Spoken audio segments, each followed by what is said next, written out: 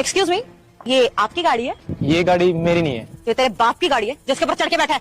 उतर। अरे मैडम, ये क्या बदतमीजी है? अगर मैं गिर जाता, मुझे लग जाती तो? गिर जाता तो? अबे इतनी गिरी हरकत कर रही है तूने, तुझे गिरना ही चाहिए था। तेरी हिम्मत कैसे हुई मेरी गाड़ी के ऊपर चढ़ के बैठने की? तेरे को पता भी है कितनी महंगी गाड़ी है ये? मैडम, मैं तो सिर्फ इस पे बैठा हुआ था। क्या बोली जा रही है आप? अच्छा, मेरी गाड़ी पब्लिक प्रॉपर्टी है कि कोई भी आके इस पे बैठ जाएगा? ना औकात में रहना सीख। यही तो चेतना, इन जैसे लोगों की ना ये दिक्कत होती है। जहाँ महंगी गाड़ी देखी नहीं वहीं चिपक जाते हैं, कभी फोटो खींचने लग जाते हैं और कभी उसके ऊपर बैठने लग जाते हैं। तुझे पता भी है कितनी महंगी गाड़ी है ये? तेरी औकात भी नहीं है इसके आसपास भटकने की। और मेरी फ्रेंड ना बहुत अमीर है और तुम जैसे लोग बैठ जाते हो इतनी महंगी गाड़ी पे। तुझे पता भी है इतने की गाड़ी नहीं है जितने की मॉडिफिकेशन हो रही है इसमें।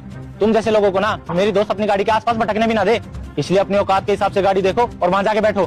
देखिए, आप दोनों बड़े बदतमीजी से बात कर रहे हो मुझसे, थोड़ा तमीज से बात कीजिए। चेतना, एक बार वहां देखना, इसने गाड़ी पे डेंट मार दिया है। इससे पूरा खर्चा लेना 25,000 रुपए। हाँ शिवम, तू सही कह रहा है। ये देखो यहाँ पे कितना बड़ा डेंट पड़ गया है सिर्फ तेरी वजह से। अब तुझे ना इसका खर्चा भरना पड़ेगा कम से कम 25,000 रुपए, क्योंकि इतनी महंगी गाड़ी है, कुछ भी ठीक कराने जाओ ना तो इतना खर्चा तो आता है। 25,000 रुपए निकाल चल। मैडम, आप कौन से डेंट की बात कर रही हैं? मुझे तो कोई डेंट नहीं दिख रहा इस पे।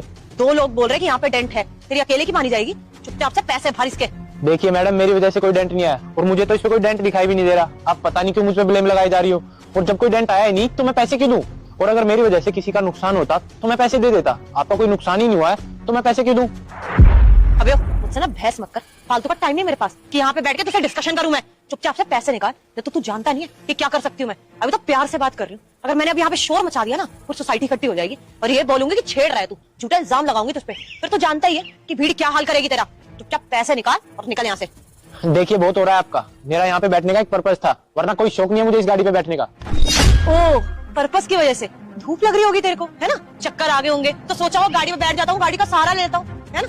इतनी औकात नहीं है तेरी कि तू इस गाड़ी के आसपास भी भटके। और ये बहाने ना मेरे सामने मारने की जरूरत नहीं है। ऐसी कौन सी मजबूरी आ जाएगी तेरी जो तू मेरी गाड़ी पे चढ़ के बैठेगा?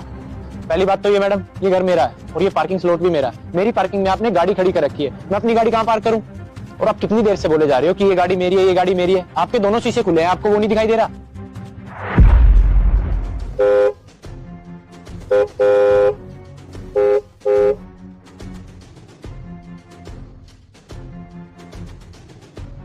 कौन है ये और किसकी गाड़ी है जो मेरे घर के सामने लगा दी? दरवाजा भी खुला हुआ है।